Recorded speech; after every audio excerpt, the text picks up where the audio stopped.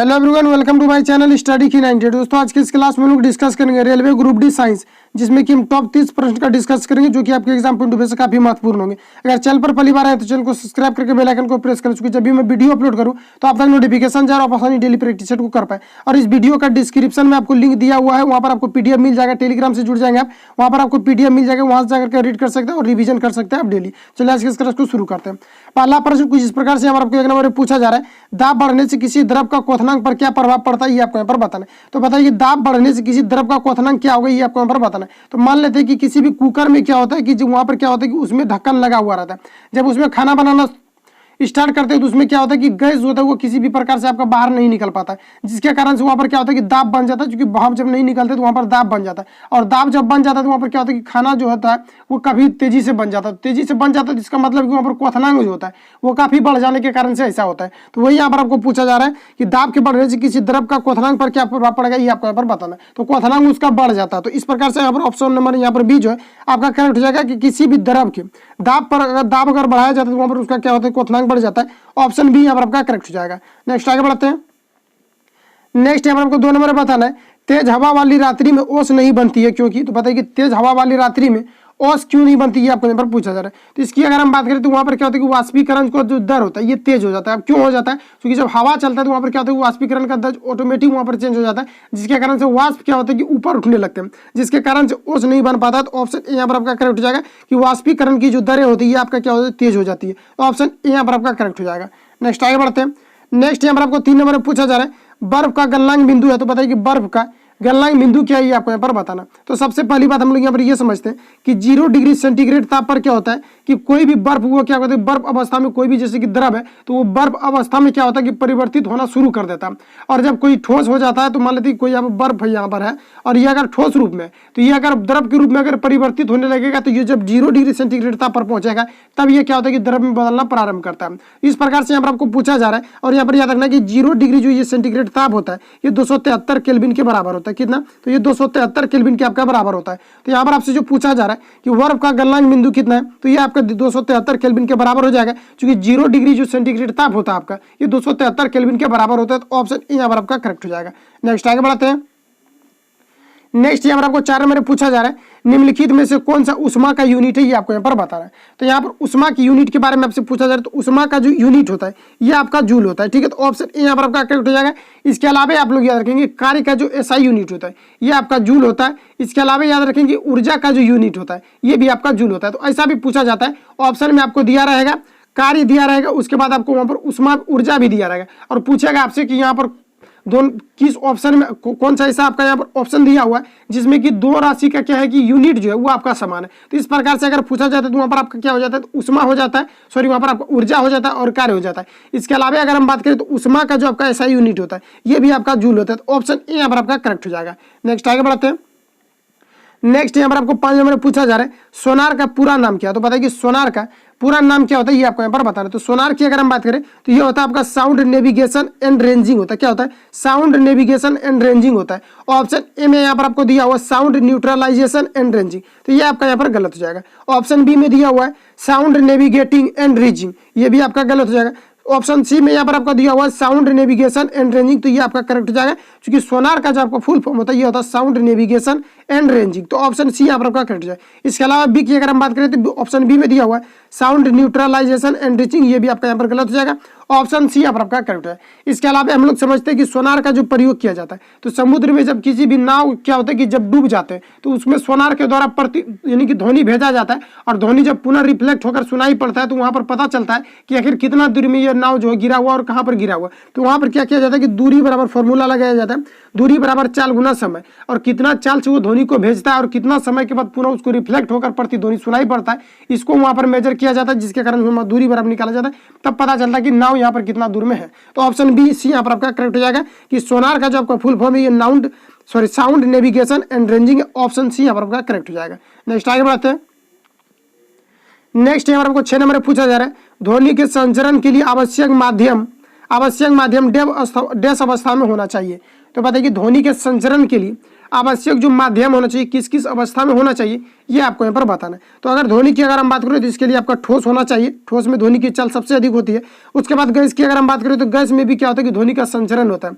इसके अलावा द्रव की अगर हम बात करें तो द्रव में आपका ध्वनि का संचरण होता है। तो इस प्रकार से ऑप्शन यहाँ पर आपका डी करेक्ट हो जाएगा, इनमें से सभी। इसके अलावा अगर हम बात कर ले तो द्रव में भी आपका ध्वनि का क्या होता है कि चूंकि ध्वनि का जो संचरण होता है इसके लिए किसी न किसी माध्यम का होना चाहिए। अगर माध्यम नहीं रहेगा तो ध्वनि का संचरण फिर नहीं होगा। जैसे कि मान लेते हैं कि निर्वात में क्या होता है कि ध्वनि का संचरण नहीं होता। जैसे कि मान लेते हैं कि चंद्रमा पर या अंतरिक्ष में कोई व्यक्ति जाता है तो वहां पर क्या होता है कि आपस में बात नहीं कर पाता। इसलिए नहीं कर पाता क्योंकि वहां पर क्या होगा वायुमंडल नहीं, और वायुमंडल में क्या होता है कि छोटे छोटे कण होते हैं जिसके कारण ध्वनि का संचरण होता है। वहां वायुमंडल नहीं है तो जिसके कारण वहां पर क्या होता है कि ध्वनि का संचरण नहीं हो पाता है, जिसके कारण से आपस में लोग वहां पर बात नहीं कर पाते। अगर हम बात कर ले प्रकाश की तो प्रकाश आपका निर्वात में सबसे ज्यादा फास्ट गमन करता है। कितना से, तो ये 3 × 10⁸ मीटर पर सेकेंड ये प्रकाश का निर्वात में चाल होता है, ये पूछा जाता है। तो इसको भी यहाँ पर याद रखेंगे। ऑप्शन यहाँ पर आपका डी करेक्ट हो जाएगा कि ध्वनि के संचरण के लिए आवश्यक माध्यम की अगर हम बात कर लें तो इसमें जो है आपका ठोस, द्रव और गैस का होना अनिवार्य है। अगर द्रव की अगर हम बात करें तो हम मान लेते हैं कि कहीं भी अगर आप स्विमिंग किए होंगे तो वहां पर क्या होता है कि अगर आप अंदर पानी के अंदर अगर डूब जाते हैं, अपना फ्रेंड से बोलिए कि आवाज दे रहे तो वहां पर क्या होता है कि आवाज आपको सुनाई पड़ जाएगा। तो कहीं ना कहीं द्रव में भी होता है और गैस में तो होता ही होता है। उसके बाद ठोस की अगर हम बात करें तो ठोस में आपका सबसे अधिकतम होता है। तो इस प्रकार से ऑप्शन यहाँ पर आपका डी करेक्ट हो जाएगा। नेक्स्ट आगे बढ़ते हैं।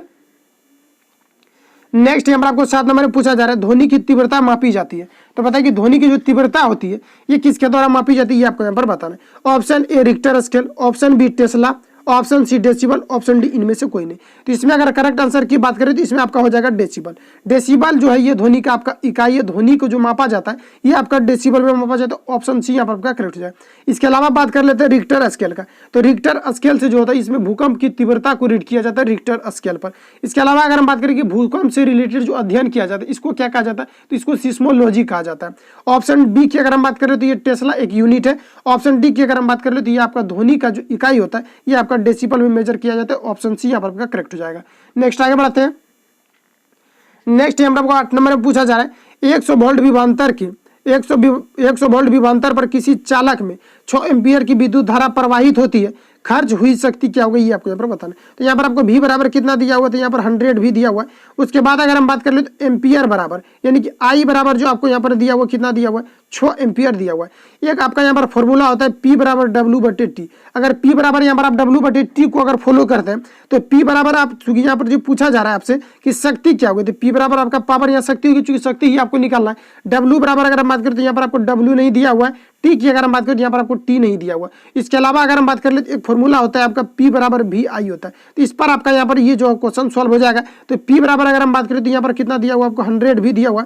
उसके बाद अगर हम बात कर ले I बराबर कितना दिया हुआ तो 6 एम्पियर दिया हुआ है। अगर यहाँ पर आप इसको मल्टीपल करते तो यहाँ पर कितना हो जाएगा आपका 600 हो जाएगा। और P का जो यानी कि पावर की जो आपका यहाँ पर शक्ति की जो इकाई होती है ये आपका वाट होता है। तो यहाँ पर आपका W हो जाएगा यानी कि 600 वाट हो जाएगा। इसके लिए करेक्ट आंसर जो कि ऑप्शन ए में दिया हुआ है, correct answer option number A यहाँ पर आपका करेक्ट हो जाएगा। नेक्स्ट आगे बढ़ते हैं।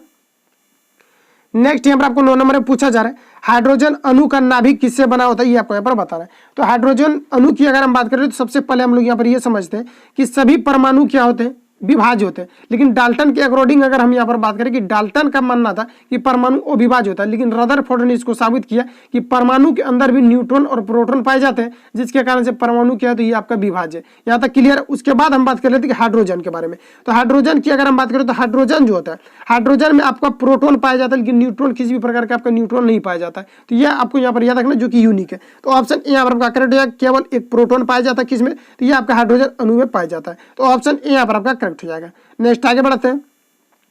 नेक्स्ट यहाँ पर आपको 10 नंबर में बताना है स्टेनलेस स्टील किस कारणवश जंगरोधी होता है ये आपको यहाँ पर बताना है। तो ऑप्शन ए में दिया हुआ carbon, option B sulphur, option C vanadium, option D chromium. तो यहाँ पर आपको समझने वाली बात यह है कि स्टेनलेस स्टील की अगर बात किया जाए और इसमें यह पूछा जाता है कि जंगरोधी किस कारण से होता है तो यह आपका हो जाएगा क्रोमियम। ऑप्शन डी करेक्ट हो जाएगा। इसके अलावा याद रखेंगे अगर यह पूछा जाता है कि स्टेनलेस स्टील जो होता है ये कठोर किसके कारण से होता है तो ये आपका कार्बन के कारण से कठोर होता है। लेकिन अगर हम बात करें जंगरोधी की तो ये आपका क्रोमियम के कारण से जंगरोधी होता है। तो ऑप्शन डी करेक्ट हो जाएगा। इसके अलावा थोड़ा सा यहाँ पर याद रखेंगे कि अगर यहाँ पर ऑप्शन डी नहीं रहता, अगर यहाँ पर जंगरोधी के बारे में ही पूछा जाता है, अगर ऑप्शन यहाँ पर डी नहीं रहता तो आपको लास्ट आंसर जो मारना है ये कार्बन मारना है, नन नहीं मारना है। तो ऑप्शन यहाँ पर आपका ए करेक्ट हो जाता है। ठीक है, तो ऑप्शन यहाँ पर आपका डी करेक्ट हो जाएगा। नेक्स्ट आगे बढ़ते हैं।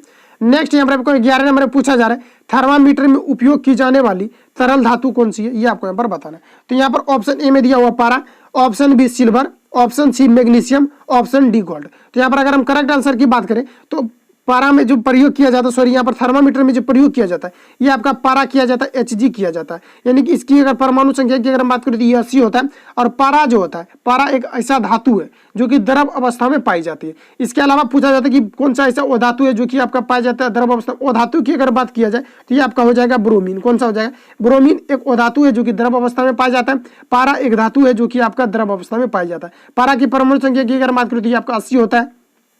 उसके अलावा अगर हम बात करें तो पारा से आपका HgS यानी कि सिंदूर बनाया जाता है। पूछा जाता है भखरा सिंदूर का सूत्र क्या होता है, तो ये आपका HgS होता है जो कि पारा से बनाया जाता है। इसके अलावा याद रखेंगे कि पारा को क्विक सिल्वर के नाम से जाना जाता है। किस नाम से? क्विक सिल्वर के नाम से पारा को जाना जाता है। ये भी पूछा गया प्रीवियस ईयर में कि क्विक सिल्वर के नाम से किसे जाना जाता है, तो ये आपके पारा को जाना जाता है। और पारा का जो उपयोग किया जाता है थर्मामीटर में इसका प्रयोग किया जाता है। तो ऑप्शन यहाँ पर आपका एक करेक्ट हो जाएगा कि थर्मामीटर में उपयोग की जाने वाली तरल धातु की पहचान करें तो ये आपका पारा हो जाएगा। ऑप्शन ए यहाँ पर आपका करेक्ट हो जाएगा। नेक्स्ट आगे बढ़ते हैं। नेक्स्ट यहाँ पर आपको 12 नंबर में पूछा जा रहा है इनमें से कौन सी एक तंत्रिका कोशिका है। तो बताइए कि इसमें से कौन सा एक तंत्रिका कोशिका, ये आपको यहाँ पर बताना। Option A neuron, option B Orion, option C नाभिक, ऑप्शन डी इनमें से कोई नहीं। इसमें करेक्ट आंसर की अगर हम बात करें तो ऑप्शन ए करेक्ट हो जाएगा न्यूरॉन, जो कि तंत्रिका तंत्र के सभी अंगों तक संवेदना पहुंचाने का कार्य करती है। ऑप्शन ए यहाँ पर आपका करेक्ट हो जाएगा। नेक्स्ट आगे बढ़ते हैं। नेक्स्ट यहाँ पर आपको 13 नंबर में पूछा जा रहा है मस्तिष्क का कौन सा हिस्सा सांस लेने को नियंत्रित करता है। तो बताइए कि मस्तिष्क का कौन सा हिस्सा है जो सांस लेने का नियंत्रित करता है, तो ये मेड्यूला हो जाएगा। कौन सा? तो मेड्यूला जो है ये सांस लेने को नियंत्रित करता है मनुष्य के बॉडी में। ऑप्शन सी यहाँ पर आपका करेक्ट है। ऑप्शन ए में दिया मस्तिष्क का मध्य भाग, ये गलत हो जाएगा। मस्तिष्क का अगला भाग ये भी आपका गलत है, नन नहीं होगा। ऑप्शन सी करेक्ट हो जाएगा, जो कि मानव शरीर में सांस लेने को नियंत्रित करता है। ऑप्शन सी यहाँ पर आपका करेक्ट हो जाएगा। नेक्स्ट आगे बढ़ते हैं। नेक्स्ट यहाँ पर आपको 14 नंबर पूछा जा रहा है निम्न में से कौन सा लचीला और कोमल होता है, ये आपको यहाँ पर बताना है। तो लचीला और कोमल की अगर हम बात करें तो ऑप्शन ए में दिया हुआ सल्फर, ऑप्शन बी तांबा, option C carbon, option D phosphorus. तो कोमल की अगर हम बात कर ले यहाँ पर तो सबसे ज्यादा की अगर हम बात करें एयू, ये गोल्ड जो होता है ये सबसे ज्यादा इसमें औगात वर्धनता का गुण पाया जाता है, जिसके कारण इसको खींच करके पतली चादरें सबसे ज्यादा की अगर हम बात करें औगात वर्धनता की तो ये गोल्ड में पाया जाता है। गोल्ड की अगर हम बात करें तो ये 24 कैरेट का गोल्ड जो होता है ये 24 कैरेट का होता है। ये काफी लचीला होने के कारण से इसमें तांबा मिलाया जाता है, जिसके कारण से ये आभूषण बनाया जा सकता है। इसके अलावा यहाँ पर जो आपसे पूछा जा रहा है निम्न में से कौन सा लचीला और कोमल है, तो यहाँ पर अगर हम बात करें तो ये गोल्ड के बाद आपका तांबा आएगा। ऑप्शन यहाँ पर आपका बी करेक्ट हो जाएगा। नेक्स्ट आगे बढ़ते हैं।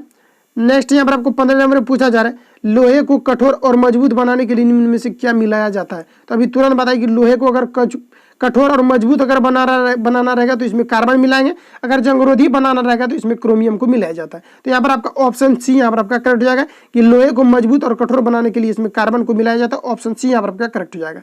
नेक्स्ट आगे बढ़ते हैं। नेक्स्ट यहाँ पर आपको 16 नंबर में बताना है डैश प्रकृति में मुक्त विद्युत धन डैश प्रकृति में विद्युत धनात्मक होती है। तो विद्युत धनात्मक की अगर यहाँ पर बात करें तो ऑप्शन ए दिया हुआ धातु, ऑप्शन बी अधातु, ऑप्शन सी उपधातु, ऑप्शन डी नन। तो अगर हम विद्युत धनात्मक की अगर हम बात करें तो ये आपका धातु जो होता है ये आपका विद्युत धनात्मक होता है। धातु इसलिए होता है क्योंकि विद्युत का ये त्याग करता है, जिसके और ये क्या करता है कि इलेक्ट्रॉन इसमें मुक्त हो जाते हैं, और जहां पर इलेक्ट्रॉन मुक्त होगा वहीं पर विद्युत धारा प्रवाहित होगा। मान लेते कि कोई भी ये मान लेते कि वायर है, इसमें अगर विद्युत धारा इधर से फ्लो हो रहा है तो इसके अपोजिट साइड में क्या होता है कि इलेक्ट्रॉन का प्रभाव होता है, और इलेक्ट्रॉन पर जो चार्ज होता है ये निगेटिव होता है। ये भी आपको यहाँ पर याद रखना। इसमें पूछा जा रहा है कि डैश प्रकृति में विद्युत धनात्मक होती है, तो धातु जो होता है ये विद्युत धनात्मक होती है। ऑप्शन ए यहाँ पर आपका करेक्ट। इसके अलावा याद रखेंगे कि धातु जो होता है, धातु की अगर हम बात करें तो धातु जो होता है ये आपका क्षारीय होता है। किस तरह से होता है? धातु की अगर हम बात करें तो ये आपका क्षारीय गुण को पूछा जाता है। धातु का प्राकृतिक गुण जो होता है ये कैसा होता है? तो ये क्षारीय होता है। और धातु की अगर हम बात करें तो धातु जो होता है ये अम्लीय होता है। कैसा होता है? तो धातु का जो प्राकृतिक गुण होता है ये आपका अम्लीय होता है। उपधातु यहाँ पर जो उपधातु ऐसा होता है जो कि धातु और अधातु दोनों के गुण को प्रदर्शित करता है। तो ऑप्शन ए यहाँ पर आपका करेक्ट हो जाएगा कि डैश प्रकृति में यानी कि धातु प्रकृति में विद्युत धनात्मक होती है। ऑप्शन ए यहाँ पर आपका करेक्ट हो जाएगा। नेक्स्ट आगे बढ़ते हैं। नेक्स्ट यहाँ पर आपको 17 नंबर में पूछा जा रहा है रेशम कीट पालन को कहते हैं। तो बताइए रेशम कीट पालन को किस नाम से जाना जाता है, ये आपको यहाँ पर बताना है। तो option A apiculture, option B horticulture, option C sericulture, option D floriculture. तो यहाँ पर करेक्ट आंसर की अगर हम बात करें तो रेशम कीट का जो पालन कहलाता है ये सेरीकल्चर कहलाता है। ऑप्शन सी यहाँ पर आपका करेक्ट हो जाएगा। नेक्स्ट आगे बढ़ते हैं। नेक्स्ट यहाँ पर 18 नंबर में पूछा जा रहा है मधुमक्खी उपयोग किया जाता है। तो बताइए मधुमक्खी का उपयोग किस क्षेत्र में किया जाता है, ये आपको यहाँ पर बताना है। ऑप्शन ए सेरीकल्चर में, option B tissue culture, option C apiculture, option D pisciculture. तो यहाँ पर करेक्ट आंसर की अगर हम बात करें तो मधुमक्खी पालन का जो अध्ययन कहलाता है ये एपीकल्चर के अंतर्गत किया जाता है। इसके अलावा अगर हम बात करें तो मधुमक्खी का जो उपयोग किया जाता है एपीकल्चर में किया जाता है। ऑप्शन सी यहाँ पर आपका करेक्ट हो जाएगा। नेक्स्ट आगे बढ़ते हैं। नेक्स्ट यहाँ पर आपको 19 नंबर पूछा जा रहा है टीकाकरण के जनक कौन थे। तो बताइए कि टीकाकरण के जनक कौन थे, ये आपको यहाँ पर पूछा जा रहा है। तो टीकाकरण की अगर हम बात करें तो एडवर्ड जेनर से, ऑप्शन यहाँ पर आपका बी करेक्ट हो जाए। इसके अलावा अगर हम बात करें कि ब्लड ग्रुप का जो खोज किया गया था ये लैंड स्टीनर के द्वारा किया गया था। किसके द्वारा? तो ये लैंड स्टीनर के द्वारा। अगर हम बात करें कि रक्त परिसंचरण का जो खोज किया गया था किसके द्वारा? तो ये विलियम हार्वे के द्वारा किया गया था। इसके अलावा अगर हम बात करें कि रेबीज के टीके का जो खोज किया गया था ये लुई पास्चर के द्वारा किया गया था। रेबीज किसके कारण से होता है? तो रेबीज जो होता है ये कुत्तों के काटने से होता है। अगर यहाँ पर हम बात करें टीकाकरण की खोज किसने किया था तो ये एडवर्ड जेनर के द्वारा किया गया था। ऑप्शन यहाँ पर आपका बी करेक्ट हो जाएगा। नेक्स्ट आगे बढ़ाते हैं।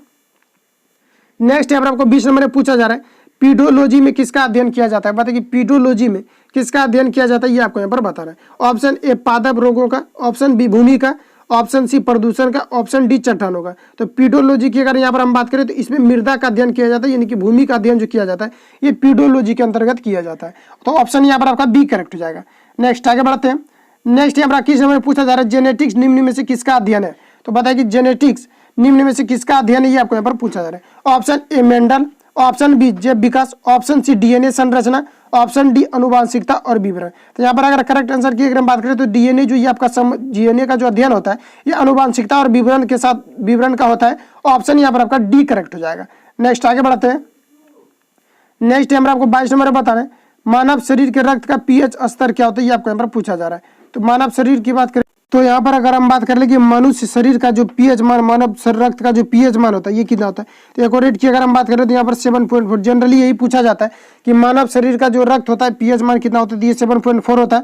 और ये क्या होता है तो ये थोड़ा सा आपका जो है क्षारीय होता है, क्योंकि 7 पर आपका उदासीन होता है, 7 से कम आते हैं तो ये आपका अम्लीय होता है, और 7 से अधिक अगर जाते हैं तो ये आपका क्षारीय होता है। लेकिन 7.4 की अगर हम बात करें तो ये पूछा जाता है कि मानव शरीर का जो रक्त है इसका प्रकृति कैसा होता है, तो ये जो है क्षारीय होता है। इसके अलावा अगर हम बात करें कि मानव शरीर के जो ऐसा जो यहाँ पर आपको जो रेंज में यहाँ पर दिया हुआ रहता है तो ये आपका 7.0 से लेकर के 7.4 के बीच होता है। तो ऑप्शन ए यहाँ पर आपका करेक्ट हो जाएगा कि मानव शरीर के रक्त का पीएच स्तर क्या है, तो ये आपका 7.0 से लेकर के 7.4 के अंतर्गत होता है। तो ऑप्शन यहाँ पर आपका ए करेक्ट हो जाएगा। नेक्स्ट आगे बढ़ते हैं। नेक्स्ट यहाँ पर आपको बताना है हीमोग्लोबिन क्या है। तो हीमोग्लोबिन की अगर हम बात करें तो हीमोग्लोबिन जो होता है यहाँ पर ऑप्शन ए में दिया हुआ पौधे की पत्तियों में पाए जाने वाला वर्णक, तो ये आपका गलत हो जाएगा, क्योंकि हीमोग्लोबिन क्या होता है कि व्यक्ति के ब्लड में पाया जाता है। ऑप्शन बी में दिया हुआ है बोन मेरो में पाए जाने वाला पदार्थ, ये भी गलत हो जाएगा। ऑप्शन सी में दिया हुआ मानव रक्त में पाए जाने वाला पदार्थ, ऑप्शन यहाँ पर आपका सी करेक्ट। इसके अलावा अगर हम बात करें पिट्यूटरी ग्रंथि से निकलने वाला तरल, तो ये आपका गलत है। ऑप्शन यहाँ पर आपका सी करेक्ट हो जाएगा, क्योंकि हीमोग्लोबिन क्या होता है कि हीमोग्लोबिन जो होता है ये मानव रक्त में पाए जाने वाला पदार्थ जो कि ऑक्सीजन का वाहक करने का कार्य करते हैं। हीमोग्लोबिन में एक हीम नामक रंजक पाया जाता है जिसके कारण से ब्लड जो होता है ये किस प्रकार से होते हैं, तो ये आपका लाल होते हैं। तो ऑप्शन यहाँ पर आपका सी करेक्ट हो जाएगा। इसके अलावा अगर हम बात करें तो हीमोग्लोबिन जो होता है मानव के ब्लड में पाया जाता है और ये क्या करता है ऑक्सीजन को पहुंचाने का, सभी अंगों तक पहुंचाने का कार्य करती है। तो ऑप्शन यहाँ पर आपका सी करेक्ट हो जाएगा। नेक्स्ट आगे बढ़ते हैं। और इसके अलावा यहाँ पर अगर बात करें तो हीमोग्लोबिन में पूछा जाता है हीमोग्लोबिन में किस प्रकार की धातु पाई जाती है, तो इसमें Fe यानी कि आयरन धातु पाया जाता है आपको हीमोग्लोबिन में। इतने फैक्ट आपको यहाँ से याद रखना। ऑप्शन यहाँ पर आपका सी करेक्ट हो जाएगा। नेक्स्ट आगे बढ़ते हैं। नेक्स्ट यहाँ पर आपको 24 नंबर बताना कि धमनियाँ रक्त का वाहन करती है जो कि भरी होती है। तो बताइए कि धमनियाँ जो होती है रक्त का वाहन करती है जो कि किससे भरी होती है, ये आपको यहाँ पर बताना है। तो धमनी की अगर हम बात करें तो इसमें ऑक्सीजन का प्रभाव होता है। ऑप्शन ए करेक्ट हो जाएगा। और धमनी में क्या होता है कि धमनी के द्वारा शरीर के सभी अंगों तक रक्त को पहुंचाया जाता है। किसके द्वारा? धमनी के द्वारा। और धमनी में क्या होता है कि शुद्ध रक्त का प्रवाह होता है धमनी में, और अशुद्ध रक्त की अगर हम बात करें तो अशुद्ध रक्त का जो प्रवाह होता है ये शिरा में होता है। तो ऑप्शन यहाँ पर आपका ए करेक्ट हो जाएगा। ऑक्सीजन जो होता है ये हीमोग्लोबिन में मिल करके क्या करते हैं कि शरीर के सभी अंगों तक पहुंचाती है। और हीमोग्लोबिन जो आपका पाया जाता है ये आपको धमनी के द्वारा ही संचारित होता है। लेकिन पुनः अगर हम बात करें कि कार्बन ये क्या करते हैं ऑक्सीजन को लेकर के धमनी में प्रवेश करता है और धमनी के द्वारा शरीर के सभी अंगों तक पहुंचाने का कार्य करती है। अब पुनः ये क्या करती है कि कार्बन डाइऑक्साइड को रिटर्न ला करके फेफड़ा तक छोड़ने का कार्य करती है। तो कौन करता है? तो ये ऑक्सीजन जो होता है आपका कहाँ पर होता है? हीमोग्लोबिन में। और हीमोग्लोबिन कहाँ होता है? तो ये आपका जो है धमनी में पाया जाता है। तो ऑप्शन यहाँ पर आपका ए करेक्ट हो जाएगा। नेक्स्ट आगे बढ़ते हैं। नेक्स्ट यहाँ पर आपको 25 नंबर में पूछा जा रहा है वायुमंडल की आर्द्रता मापने वाला यंत्र है। तो भाई बताइए कि वायुमंडल की जो आर्द्रता होती है किसके द्वारा मापा जाता है। Option A hygrometer, hydrometer, option B hygrometer, option C hydrophone, option D megaphone. तो यहाँ पर अगर हम बात करें कि वायुमंडल की आर्द्रता मेजर किया जाता है, ये हाइग्रोमीटर के द्वारा मापा जाता है। ऑप्शन यहाँ पर आपका बी करेक्ट है। इसके अलावा अगर हम बात करें कि वायुमंडल का जो दबाव मापा जाता है, इसको किसके द्वारा मापा जाता है, तो ये आपके बैरोमीटर के द्वारा मापा जाता है। इन दोनों को पूछा जाता है, दोनों को यहाँ पर आप लोग याद रखेंगे। ऑप्शन यहाँ पर आपका बी करेक्ट हो जाएगा। नेक्स्ट आगे बढ़ते हैं। नेक्स्ट यहाँ पर आपको बताना है 24 नंबर में, मानव त्वचा में पाए जाने वाला वर्णक क्या है। तो बताइए कि मानव त्वचा में पाए जाने वाला वर्णक क्या है, ये आपको यहाँ पर बताना है। तो मानव त्वचा की अगर हम बात करें तो इसमें आपका मेलानिन पाया जाता है। ऑप्शन ए करेक्ट है, जिसके कारण से कोई व्यक्ति क्या होते हैं, तो कोई व्यक्ति आपका व्हाइट होते हैं, कोई ब्लैक होते हैं, कोई समरापन होते हैं। तो ये किसके कारण से, तो मेलानिन के कारण से किसी भी व्यक्ति का जो रंग का निर्धारण होता है, ये आपके मेलानिन के कारण से होता है। ऑप्शन यहाँ पर आपका करेक्ट हो जाएगा, जो कि त्वचा में पाया जाता है। नेक्स्ट आगे बढ़ते हैं। नेक्स्ट यहाँ पर आपको 27 नंबर में पूछा जा रहा है, गाय के दूध में किसके कारण पीलापन होता है। तो बताइए कि गाय के दूध में किसके कारण से पीलापन होता है, ये आपको यहाँ पर पूछा जा रहा है। Option A kerosene, option A casein, option B carotene, option C lecithin, option D इनमें से कोई नहीं। तो यहाँ पर अगर करेक्ट आंसर की अगर हम बात करें तो गाय के दूध में जो पीलापन पाया जाता है, ये आपका पाया जाता है केरोटिन के कारण से। ऑप्शन यहाँ पर आपका बी करेक्ट हो जाएगा। इसके अलावा अगर हम बात करें कि कैरोटीन जो होता है, कैरोटीन में क्या होता है कि विटामिन ए आपका मौजूद होता है। किसमें, तो दूध में चूंकि विटामिन ए पाया जाता है और विटामिन ए जो होता है ये कैरोटीन में आपका मौजूद होता है। ऑप्शन यहाँ पर आपका बी करेक्ट हो जाएगा। नेक्स्ट आगे बढ़ते हैं। नेक्स्ट यहाँ पर 28 नंबर में पूछा जा रहा है, हृदय की गति की जांच किस यंत्र द्वारा की जाती है, आपको यहाँ पर बताना है। तो हृदय की गति की अगर हम बात करें तो ये ऑप्शन ए में दिया cardiograph, option B crescograph, option C cyclotron, option D इनमें से कोई नहीं। यहाँ पर अगर करेक्ट आंसर की अगर हम बात करें तो ये आपका कार्डियोग्राफ है, क्योंकि हृदय की जो गति की जो जांच किया जाता है ये कार्डियोग्राफ के द्वारा किया जाता है। ऑप्शन ए यहाँ पर आपका करेक्ट हो जाएगा। नेक्स्ट आगे बढ़ते हैं।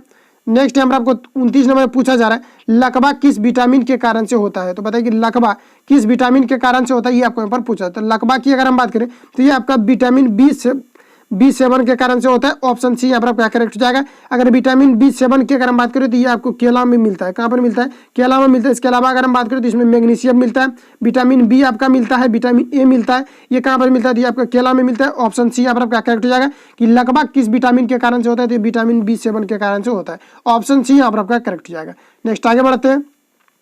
नेक्स्ट यहाँ पर आपको 30 नंबर में पूछा जा रहा है, कैरोटीन मुख्य भाग है। तो बताइए कि कैरोटीन जो होता है ये किसका मुख्य भाग होता है, ये आपको यहाँ पर बताओ। अभी तुरंत बताया कि विटामिन ए जो होता है ये आपका कैरोटीन में पाया जाता है। तो यहाँ पर ऑप्शन ए करेक्ट हो जाएगा, क्योंकि कैरोटीन मुख्य किसका भाग होता है, तो ये आपका विटामिन ए का भाग होता है। ऑप्शन यहाँ पर आपका ए करेक्ट हो जाएगा। नेक्स्ट आगे बढ़ते हैं। बस इतना ही प्रश्न लेकर गए थे, मिलेंगे नेक्स्ट वीडियो में। अभी होप कि आपको वीडियो पसंद आया होगा। और वीडियो आपको पसंद आया हो तो चैनल को सब्सक्राइब करके बेल आइकन को प्रेस कीजिए। अभी हम वीडियो अपलोड करूँ तो आप तक नोटिफिकेशन जो आप डेली प्रैक्टिस को देख पाए। मिलता है नेक्स्ट वीडियो के साथ। Thank you for watching. Best of luck. जय हिंद।